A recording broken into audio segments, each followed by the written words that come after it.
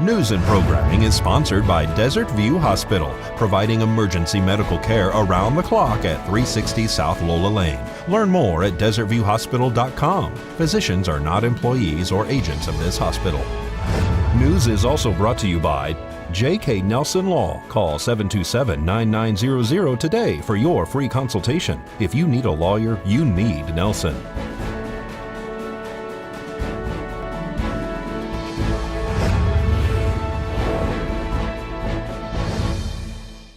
Tonight on News 46, a show host throws his hat in the ring for sheriff. And a cancer survivor talks about the day she was diagnosed. News 46 starts now.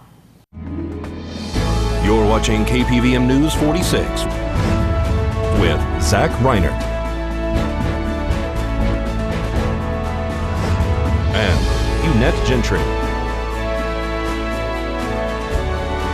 Local coverage from Deanna O'Donnell.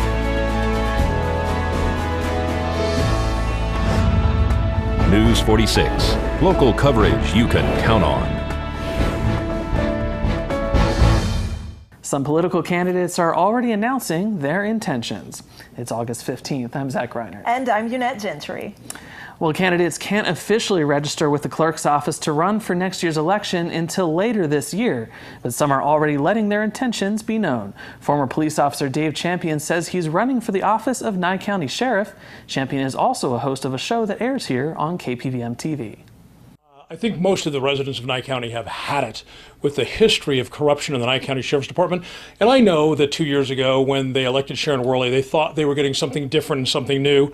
And actually what we got was something considerably worse than what we had before. Nye County has a long tradition of corruption, including the Sheriff's Department. And I don't know how the rest of the citizens of Nye County feel, but from my point of view, it needs to end now. We need to bring the Nye County Sheriff's Department into the 21st century and stop the corruption. Why do you think they're corrupt? A long history of sheriffs not taking the necessary action, letting these problems percolate and germinate. And they've germinated under a number of, they've been really bad in the past at certain times, even including deputies running drugs in the distant past. Then more recently, they've germinated just under the surface. And when Sharon Worley came to office and the way the administration has been run under her being the sheriff, things have exploded. We have citizens being falsely arrested. We have violence against animals, loving family pets being shot. We have the sheriff lying about it. We have the deputies not being punished. And I could go on and on and on, and I have on my show for the last 2 years. It is a nightmare. And the people who pay the price for that are the citizens of Nye County. And as far as I'm concerned, it needs to stop. I'm going to stop it.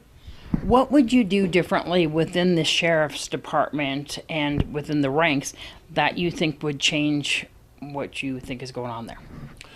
There's a couple of steps that I think are important. First of all, there has to be policies put in place that immediately put a stranglehold on the bad behavior that we've seen. Some of the things that go on now should be punished administratively, if not judicially, but they're not even punished administratively because there are no regulations, there are no policies to speak to that. I'm going to do that. Second of all, with my background in law enforcement, I'm going to actually do something that no sheriff has ever done. I'm going to go out and ride with each and every patrol deputy as their partner and teach them the things about, I'm sure they understand the law. They've been through the academy. They know how. But law enforcement is a lot of nuanced activities and choices. When to act, when not to act. When you can actually get people to find their own solution rather than enforcing something with steel bracelets upon them. These are things that I think are woefully lacking in the Nye County Sheriff's Department right now. And lastly, one of the things we need is a civilian administrator.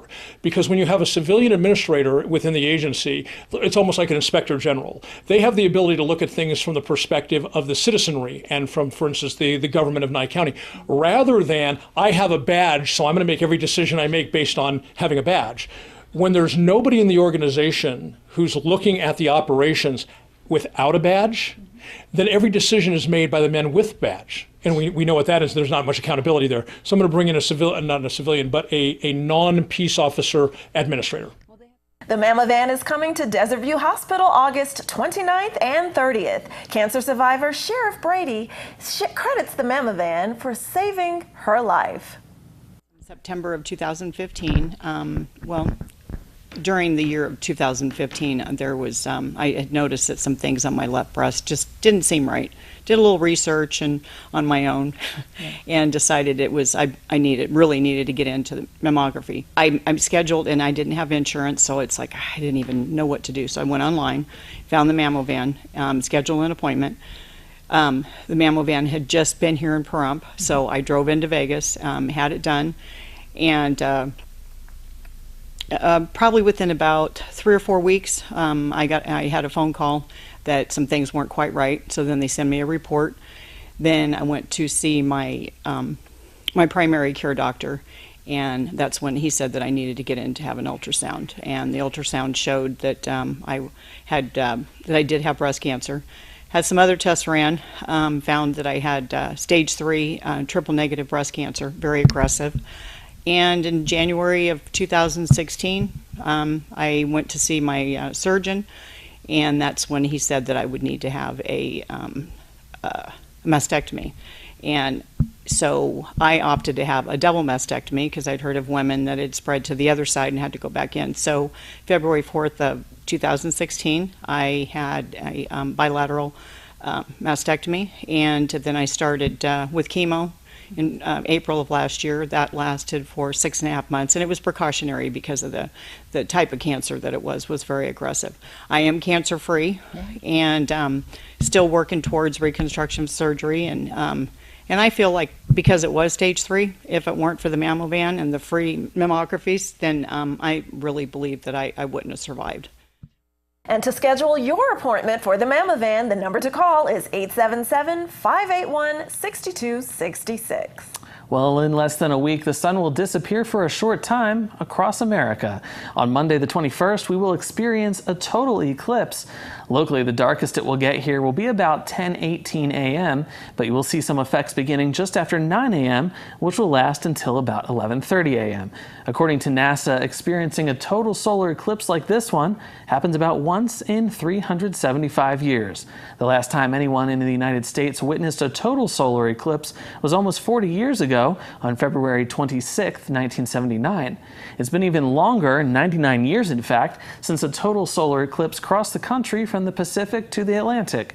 The total eclipse on June 8, 1918 passed from Washington to Florida. All of North America will be able to see a partial eclipse. The path will stretch from the Oregon coast to the South Carolina coast, with 12 states in between. The lunar shadow first crosses the west coast at 9:05 a.m. Pacific time. A total solar eclipse can sometimes take as long as 7.5 minutes. The lunar shadow will depart the east coast at 4:09 p.m., and this will be the last total solar eclipse in the United States until April 4th, 2024. For another eclipse similar to this year's, one that moves from coast to coast, you will have to wait until August 12th, 2045. And let's find out what's happening in our courts after this break. We'll be right back.